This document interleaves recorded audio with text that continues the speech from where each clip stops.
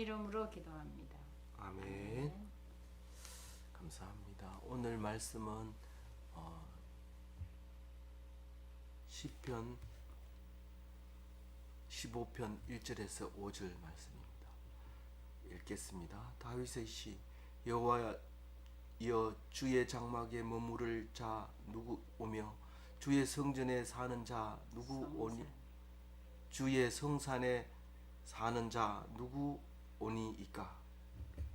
정직하게 행하며 공의를 실천하며 그의 마음의 진실을 말하며 그의 혀로 남을 허물하지 아니하고 그의 이웃에게 악을 행하지 아니하며 그의 이웃을 비방하지 아니하며 그의 눈은 망령된 것을 멸시하며 여호와를 두려워하는 자들을 존대하며 그의 마음에 서원한 것은 해로울지라도 변하지 아니하며 이 자를 받으려고 돈을 구워주지 아니하며 뇌물을 받고 무죄한 자를 해하지 아니하는 자이니 이런 일을 행하는 자는 영원히 흔들리지 아니하리라.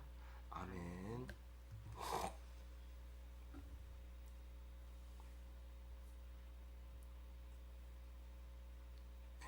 시편 15편 1절에서 5절. 다윗의 시. 여호와여, 주의 장막에 머무를 자 누구 오며 주의 성산에 사는 자 누구 오니이까?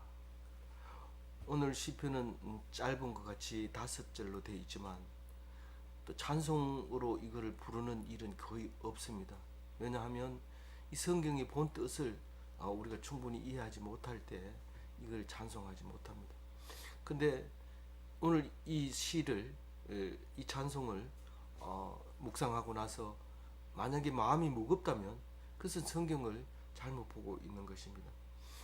우리에게 하나님이 오셔서 너희에게 준 것은 하나도 헛되이 줬다든가 잘못 줬다든가 실수했다 그렇게 하시는 하나님이 아니십니다. 그럼 우리는 성경을 보면서 무거워진다면 안 읽는 것이 훨씬 나을 겁니다. 그러나 오늘 성경 속에서 자유함을 주시고 더 큰 축복을 받으시기를 바랍니다. 여기서 장막에 머무를 자 누구며 주의 성산에 사는 자 누구 오니까 이러면 이 예수님이 오시기 전에는 이게 그야말로 시온이즘이죠. 시온산에 거할 시온산 중에서도 그러니까 예루살렘 중에서도 성전에 계실 사람, 이 말을 말하고 있는 거죠. 예루살렘은 성산이고 장막은 성전이죠. 그러니까 시온산에 사는 자가 누구고 그 장막에 머무를 자가 누구냐. 그래서 구약을 읽어보면 장막에 머무를 자는 레위인이죠. 제사장은 레위인 중에서 뽑혀 있는 그 제사장이고, 그래서 장막에 머무를 자 누구냐? 레위인이고, 성산에 사는 자 누구냐? 이스라엘 백성이고, 뭐 이렇게 말하면 되죠. 그래 되는데 예수님 저기 바벨론 포로가 돼서 나라가 망하고 난 뒤에 이게 그 70년 동안 이 찬송을 못 부르는 거예요. 부를 수가 없는 거예요. 이 시온 산성은 벌써 이미 딴 사람한테 빼앗기고 없기 때문에. 그래서 기도하고 말씀을 다시 정리해 보니까 거기 있는 게 아니라 너희들이 성전이다 그런 글을 알게 되죠. 그래서 그것을 기록을 하고 하나님 말씀으로 정리를 해가지고 돌아와서 역시 예루살렘으로 돌아옵니다. 왜냐하면 예루살렘이 아니고 바벨론 포로 그발 강가에서 거기서 그냥 하면 안 됩니다. 그발 강가에는 물 좋고 산 좋고 풍성하기 때문에 말씀이 머무르지 않습니다. 그러나 이스라엘 백성 예루살렘은 길목에서 두 문명이 만나는 길목에서 제일 우뚝 서 있는 산이기 때문에 거기에서 모든 문명이 시작이 되고 모든 말씀이 시작되기 때문에 거기를 가야 됩니다. 그래서 거기를 가게 되는 거죠.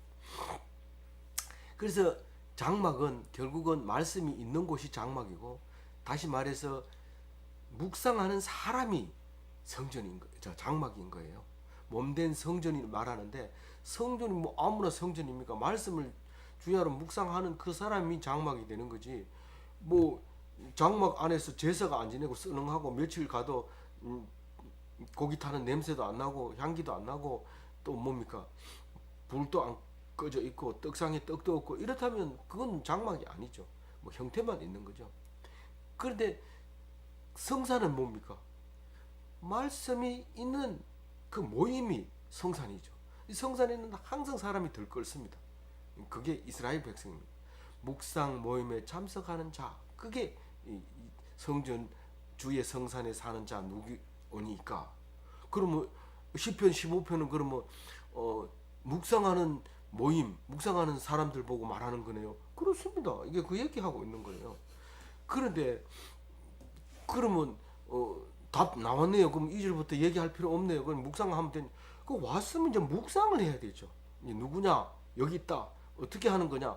이렇게 하는 거다. 그게 이제 2절 말씀인데 오늘 제목은 3절로 잡았어요.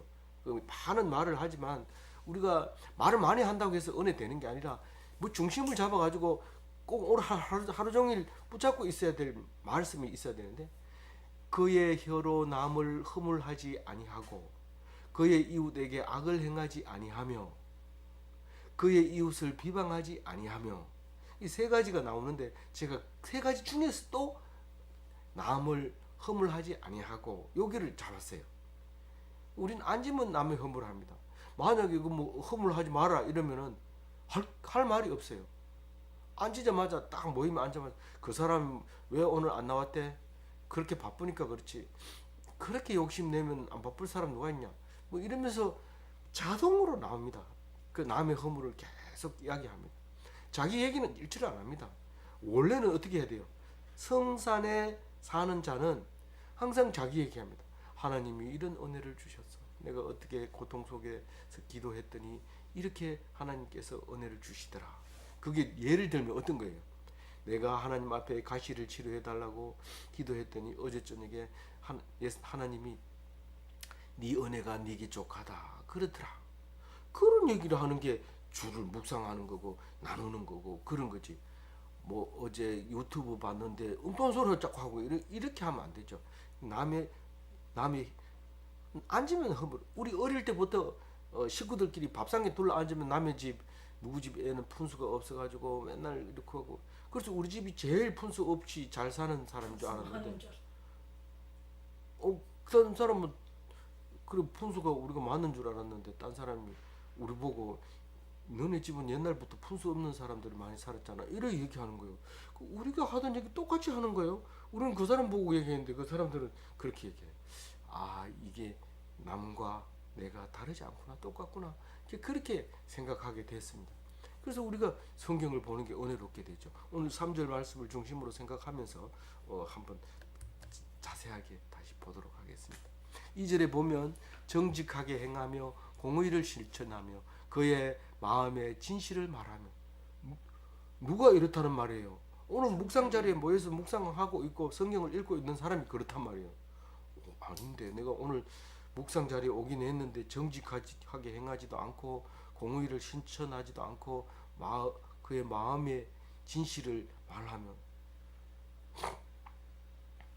공부한다 해놓고 안 하고 일한다 해놓고 게으르고 뭐 이런 것도 진실하지 않은 거 말하고 그 마음에 진실함이 없는 거. 뭐 제가 그 예를 들어서 뭐 그냥 아무렇게나 얘기한 거지만 그 마음의 진실함을 말하고 있다고 얘기하는 거예요.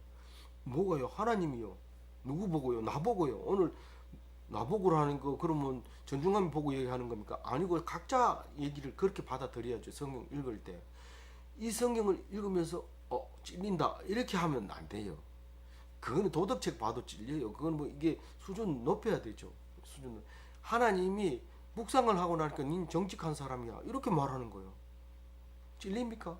이 정직은 딴 게 아니고 말씀에 의지하는 겁니다. 성경을 읽기는 읽는데 의지하지 않는다. 저 사람은 말을 꼭 성경을 해석해도 저렇게 해. 이러면서 평가하고 이러면 의지하는 게 아니죠. 들려지는 대로 듣고요. 아 저렇게도 해석할 수 있구나. 이렇게 생각하는 거예요. 그게 정직이에요. 이 성경을 도덕처럼 읽고 나서 성경은 그렇게 말씀하지만 우리는 인간이니까 어쩔 수 없어요. 이렇게 말하는 건 정직하지 않는 거예요. 그건 묵상을 안 하고 있는 거예요. 듣긴 듣는데 딴 생각하고 있는 거예요. 공의를 실천하면 뭐 말이에요? 공의는 오늘 찬송가에도 공의가 계속 나오는데 피동되는 거 얘기하는 겁니다. 하나님이 죽이면 죽는 거고 하나님이 살리면 감사한 거고 그렇게 사는 게 공의입니다. 불평, 불만 없고 순종하는 거예요. 그게 공의예요. 성질이 나가지고 이런 원수는 내가 꼭 복수를 하고 말겠다. 그건 공의가 아니죠. 그럼 네가 그러면 하나님 해라. 그러면. 그건 성경 묵상해 본 사람이면 알죠. 미시파트. 예, 미시파트도 모르고 이거 자꾸 묵상한다고 아는 체 아는데 미시파트는 그런 게 아닙니다. 원수 갚고 이런 거 아니에요. 그 네가 실천한다는 거 지금 얘기하고 있는 거예요. 알면은 실천하게 돼 있어요. 그리고 그 진실이라고 하는 것은 뭘까요? 믿는 거죠. 믿는 거. 마음의 진실. 어느 성경 속에 있는 그것을 믿는 거예요. 성경을 내 마음속에 가지면 내가 진실해지는 거예요. 그 믿어야 되는 말씀을 믿는 것이 진실이에요. 그 믿을 수 없는 거짓을 믿는다면 그건 진실이 아니죠. 믿어서는 안 되는 것이기 때문에. 그게 어떤 거예요? 이 앞장에서 얘기했죠. 두 마음으로 말하는 거. 아첨하는 입술.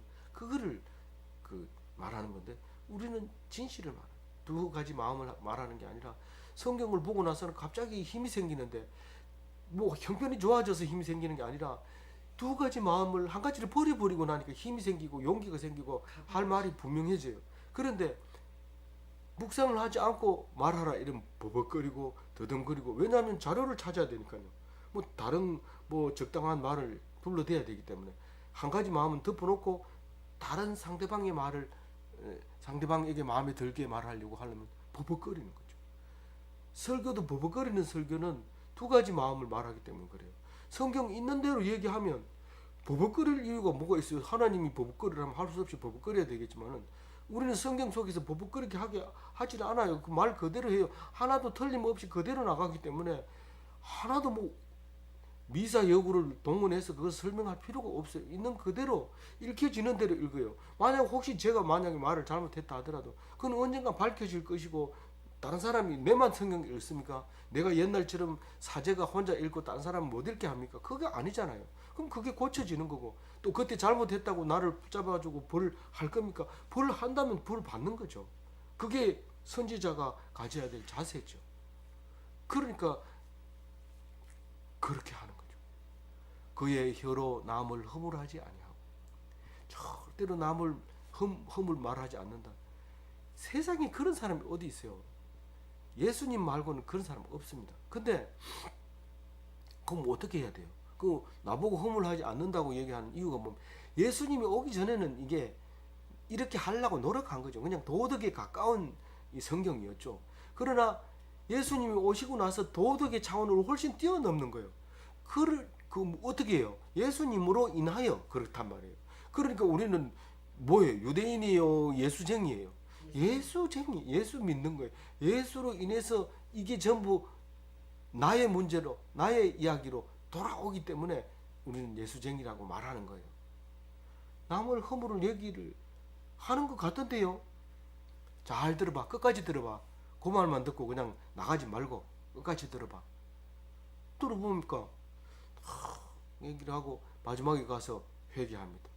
우리가 그럼에도 불구하고 남을 허물했습니다. 용서하여 주옵소서. 그러니까 예수님이 바로 얘기합니다. 그것 때문에 내가 십자가를 졌다고 내가 몇 번이나 얘기했느냐? 네가 지금 듣고 있느냐? 그 소리를 듣는 거예요. 그러니까 예수님의 은혜가 얼마나 감사한지 그 남의 죄를 남의 허물을 막 얘기를 했는데도 안 했다고 그래요. 하나님 안 했다. 니는 뭐 안 했다. 어떻게 하면요? 하나님 앞에 고백하고 하나님 그것 때문에 돌아가셨지요. 제가 알았으면 이렇게 허물을 말 안 했을 텐데 모르게 나왔습니다. 용서해 주세요. 그러면 그게 기도가 됩니다. 그리고 허물 안 한 거하고 똑같이 하나님이 상 주시고 칭찬해 줍니다. 그의 이웃에게 악을 행하지 아니하며 많은 사람이 이 말에 대해서 어려웠어요. 그래서 예수님이 왔을 때 물어봅니다. 누가 우리의 이웃입니까? 도대체 이렇게 얘기합니다. 그러니까 예수님은 엉뚱한 말을 해요. 사마리아에서 강도 만난 사람 얘기를 딱 하면서 그 치료해 준 사람과 그냥 지나가는 그 제사장과 그 레위인이 있었는데 그 누가 이웃이냐 뭐 이렇게 얘기를 하는 거예요. 누가 이웃입니까 물었는데 누가 이웃이냐 이렇게 물어보는 거예요. 그러면서 답은 한 가지죠. 이웃을 내 몸과 같이 사랑하라 했는데 치료해 준 사람이 이웃이죠. 그거 봐라. 조금만 더 생각하면 알 텐데 왜 네가 101호 아줌마를 그렇게 싸웠다고 마음속에 두고 그렇게 괴로워하고 있느냐. 싸웠으면 원수고 이웃이 아니고 원수고 네가 사랑했다면 그것은 이웃이다. 그렇게 정의를 바꿔줍니다.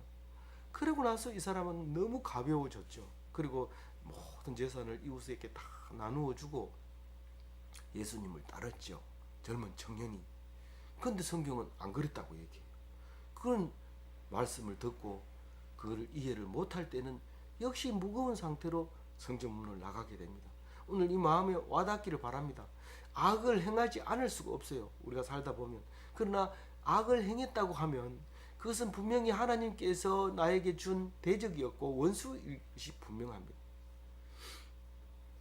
원수도 사랑하라 했는데 왜 그래요? 하나님 앞에 기도하면 예수님이 십자가에 돌아가셨기 때문에 너는 이제 원수를 미워할 필요 없이 사랑해라. 그것 때문에 예수님을 알게 되었지 않냐? 원수가 없었다면 어떻게 예수님을 알 수 있느냐? 원수 없으면 예수님을 아는 사람이 없습니다. 원수가 있기 때문에 예수님을 압니다. 원수도 없고 그냥 천진난만한 사람은 예수님이 필요가 없습니다. 죄를 많이 지었으면 지었을수록 예수님이 필요합니다. 누가 그런 사람이 있었어요? 죄를 많이 지었던 막달라 마리아가 그랬어요.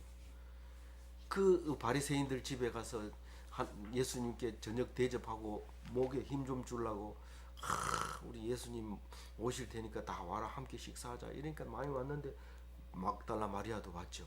와가지고 막 기름을 부어버리고 이러니까 네가 이게 돈이 얼마짜리인데 네가 지금 그러고 있느냐. 그리고 네가 죄인이라는 거 예수님이 몰라서 그냥 가만히 있는 거지 죄인이라면 그래 엎드려 있는 줄 아느냐. 이러니까 예수님이 다 알고 너희들은 죄가 없으니까 은혜가 없지만 막달라 마리아는 죄가 많아서 죄 많으니까 그 너희들하고 똑같이 같은 식사를 할 수 있도록 허락을 해줬으니까 은혜가 얼마나 크겠나 생각해봐라.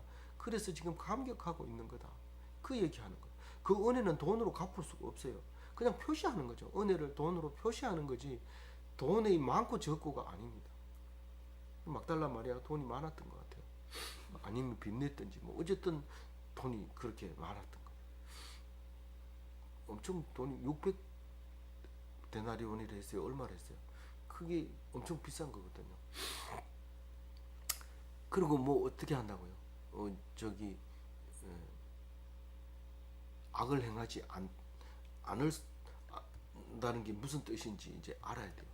그 다음에 이웃을 비방하지 아니하며 내가 비방하는 그 사람은 틀림없이 나의 원수입니다. 생각해 보세요. 근데 오늘 아침에 마누라 보고 비방했는데요. 그 원수죠. 집안의 식구가 원수니라 이렇게 얘기해요. 내가 너희들을 화목하게 하려고 내가 온 줄 아느냐? 내가 금을 주러 왔다. 싸우라.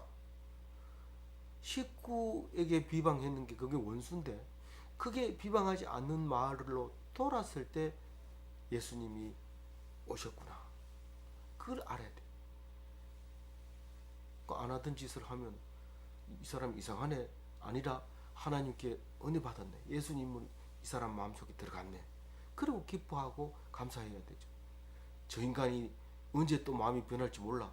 좋은 말을 해도 이렇게 얘기하면서 자기는 안 바뀌게 되는 거죠. 이게 상대방이 바뀌면 바로 하나님께서 은혜 주셨구나. 하나님 감사합니다. 그냥 그러고 끝내야 되지. 요 인간이 언제 또 저 속에서 뭐가 나올까? 이러고 있으면 하나님이 주신 은혜를 받아가지 못하고 특별한 은총을 놓쳐버리는 거죠. 특별 은총 속에 참 멋있는 오늘 하루가 되시기 바랍니다.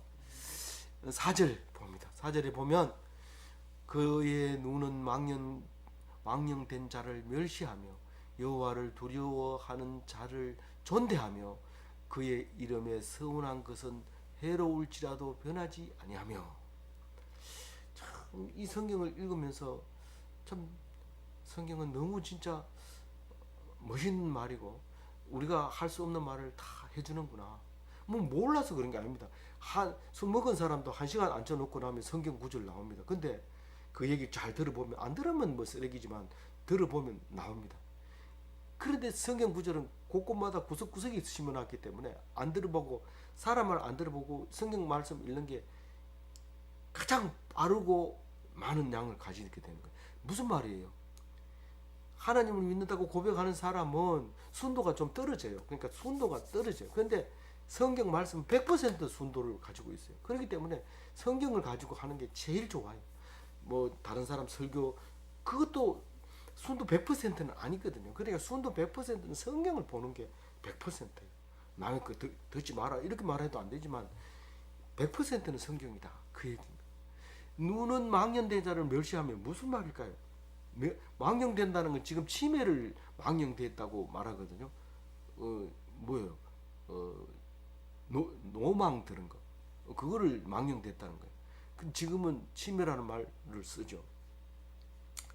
치매가 걸린 사람 얘기 들어보면요, 사람인 줄 알았는데 짐승도 아니고 그렇다는 거예요. 그러니까 어떻게 되는 겁니까? 막 진짜 곤란한 거예요. 이거를 시어머니로 모실 수도 없고, 뭐 이걸 또 짐승처럼 또 그렇게 막 가다 놓을 수도 없고, 이게 망령된 건데, 이게 그 얘기한 거 뭐가 망령이 됐다는 거예요? 눈이 망령이 됐다는 거예요. 그래서 하나님을 멸시하는 거예요. 멸시하는 사람, 하나님의 이름을 망령되게 부르는 사람. 그런데 왜 눈이라고 얘기를 해요? 그 사람이 눈에 그렇게 보이니까 그렇게 말하는 거죠. 하나님의 이름을 망령되게 부르는 게 몇 계명에 있어요? 3계명에 있어요. 그 계명을 어기는 자를 멸시하는 거예요. 제가 제일 멸시하는 사람은 내가 조교로 데리고 있던 어떤 사람인데, 그 사람이 내가 데리고 있었던 이유는 말도 잘하고 친절하고 가정 형편도 어렵고 이래서 예수 믿을 만하다라 그런 생각하고 제가 데리고 있으면서 틈나는 대로 하나님 말씀을 했습니다만, 그 함께 있을 때는 그렇게 했는데 졸업한 지 몇 년 된 뒤에 얘기를 했더니 뭐라고 얘기하느냐면, 교회 가냐 왜 안 가냐 이랬더니, 모든 종교는 착하게 살도록 하려고 세뇌하는 것이죠. 뭐 불교를 가든지 어디를 가든지 가야 되는데 지금은 아무 데도 안 가고 있어요. 그래서 내가 아무 말도 안 했습니다. 주여, 망령되이 걷는 자를 싫어해, 멸시해. 참 제가 진짜로 다시는 부르고 싶지 않는 그런 사람 이름이 되더라고요. 그래서 그 생각을 하게 되고, 여호와를 두려워하는 자들을 존대하며, 여호와를 두려워하는 자를 존대한다는 게 무슨 말일까요? 설교를 잘하고 성경 구절 다 해석하고, 그게 존경의 대상이 아닙니다. 성경을 많이 알면 알수록 은혜가 떨어집니다. 뭐 성령 충만한 거 이런 거 없습니다. 성경 말씀을 너무 많이 알기 때문에. 근데 성경 말씀 없이 성령 충만한 사람들은 뭐 모든 게 오케이고 누구든지 앞에 가서 웃고 겸손해지고 이렇게 합니다. 근데 성경을 알면 알수록 모르는 거 있으면 물어봐 이러면서 목에 힘주고, 교회에서 지도자로서 성경적으로 그게 안 맞다 이렇게 판단하면서 막 지도적으로 그것도 모르냐 이러고, 여태까지 교회 다니는데 그것도 안 되냐 이렇게 얘기를 하는 거죠. 그런 사람을 존경하는 게 아니고 존대하는 게 아니고요. 존경하는 거, 존대하는 거 아니고, 어떤 사람을 존대하느냐, 이게 두려워하는 사람인데, 누가 여호와를 두려워하는 사람이냐 하면요, 말씀이 없으면 죽을 것 같은 사람, 그 사람이 여호와를 두려워하는 거예요. 기도하지 않으면 아무것도 못하는 사람. 식사할 때도 기도 안 하고, 커피 마시면서 기도 안 하고, 언제 기도하나 했더니 커피를 벌떡 마시려고 그래. 그래서 목사님 기도 안 하고 안 해요. 그래서 기도를 하게 되고, 그 사람을 존대하게 되는 거죠. 함부로 못하는 거죠. 예배를 드리지 않으면 막 불안하고, 일하다가도 빨리 끝나면 예배 덜 끝났다 이러면서 뛰어가는 사람, 그런 사람이 여호와를 두려워하는 사람이죠. 여호와를 입에서 찬송을 부르는 사람, 이 사람이 여호와를 두려워합니다. 그게 존대받을 만합니다. 그런 사람. 엉뚱하게 존대하지 마시고 바랍니다. 두려워할 사람. 누구를 두려워해요? 하나님 이야기를 하면 죽이려고 하다가도 하나님 이야기를 하면 딱 멈춰야 돼요. 그래서 성직자들을 못 죽이도록 해놨는데 엉뚱하게 성직자가 나쁜 짓을 하니까 죽임을 당하죠. 그래서 성령이라고 해서 아무나 갈 수 있는 게 아니에요. 이게 묵상 모임에 술 취한 사람이 온다든가 이러면 안 되는 거죠. 그래서 못 오게 하는데 그게 성령이죠. 근데 막 경찰 대목꾼들이 교회로 피하면 성령을 파괴하고 그냥 총 들고 막 들어가 버립니다. 그런 일이 생기는데 그거를 그냥 묵인하고 이렇게 하다 보면 신부가 죄를 짓는 수가 있는데 그럴 때도 죽임을 당할 수도 있는 거죠.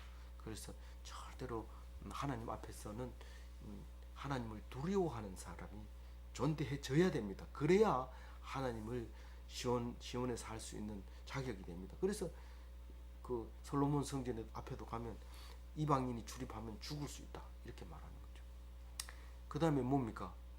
서운한 것을 해로울지라도 변하지 아니하며. 서운을 했는데 생각해 보니까 누가 알아주는 사람도 없고 뭐 서운할 때 있었던 사람도 여기 하나도 없고 그래서 그냥 지나가 버리는데 참 이렇게 범하기가 쉽습니다. 신실한 사람이 돼야 됩니다. 하나님 앞에서 온전하게. 제가 늘 잊지 않는 말씀 중에 하나가 남자는 약속 지키다 죽는 거다 그런 얘기를 들은 적이 있는데 우리가 뭘 하다 죽어야 됩니까? 하나님 믿기로 작정했으면 끝까지 믿다가 죽는 것이 잘한 거고 최선을 다한 겁니다. 우리가 딴 거 하다가 죽을 그런 생각 하지 말아야 됩니다. 폭리를 취하고 폭리 취해서 뭐 하겠다는 그 사람 지금 어려워가지고 돈 빌리는데 폭리를 취해가지고 자기 혼자 라면 2박스 사다 놓고 이 사람은 굶고 그럼 라면 2박스가 자기한테 들어갈 것 같습니까? 형아 맛있어 이러면 그게 넘어가다 걸려요. 그 옆에서 쳐다보고 있으면 절대로 폭리를 위해서 이자를 빌려주지 마시기 바랍니다. 맨 처음에는 이자 잘 주지만 결국은 원금 떼먹습니다. 그렇게 폭리를 위해서 이자 빌려주지 마세요. 그리고 뒤에 거는 뭐 얘기 안 하겠습니다. 말 안 하는데 이게 다 율법에 나와 있는 거예요. 율법을 잘 지키는 사람이 그런 사람이 누구라고요? 장막에 묵상하는 사람이 그렇다는 거예요. 아니 묵상하는 사람이 뭐 율법을 잘 지켜? 딴 사람은 율법이 뭔지도 모르고 어겨버리죠. 근데 묵상하는 사람은 당연히 뭐예요? 율법을 아니까 지키다가도 하다가도 범하다가도 딱 멈추죠. 그게 묵상하는 사람들의 태도죠. 모르니까 엉뚱한 짓을 자꾸 하고 만나면 딴소리 하고 이러죠. 그래서 딱 묵상하면서 그게 성경에 있었잖아. 어느 날 묵상하는 그날이었잖아. 그날 묵상할 때 당신도 있었잖아. 뭐 이렇게 얘기하는 것이 그게 묵상하는 자고 시온에 사는 자고 시온이즘을 가진 자고 성막이고 성산에 사는 자입니다. 오늘 또 이 말씀으로 성산에 사는 자 다 되시기 바랍니다. 기도하겠습니다. 하나님 감사합니다. 오늘 말씀 주셔서 성전이 되게 하시고 성산이 되게 하시고 시온을 향하여 두려워하며 기뻐하며 감사하게 해주심을 감사합니다. 이것을 도덕적으로 읽을 때 우리는 무거운 짐이 되지만 예수님이 내 짐은 가볍다고 하셨을 때 그 십자가의 짐으로 우리를 가볍게 해주시고 기쁘게 해주셔서 은혜되게 해주셔서 감사합니다. 남의 흠을 보다가도 예수님을 생각하며 또다시 기쁨을 누릴 수 있는 귀한 기독교인 되게 하여 주옵소서. 감사하옵고 우리 주 예수 그리스도 이름으로 기도 올리옵나이다.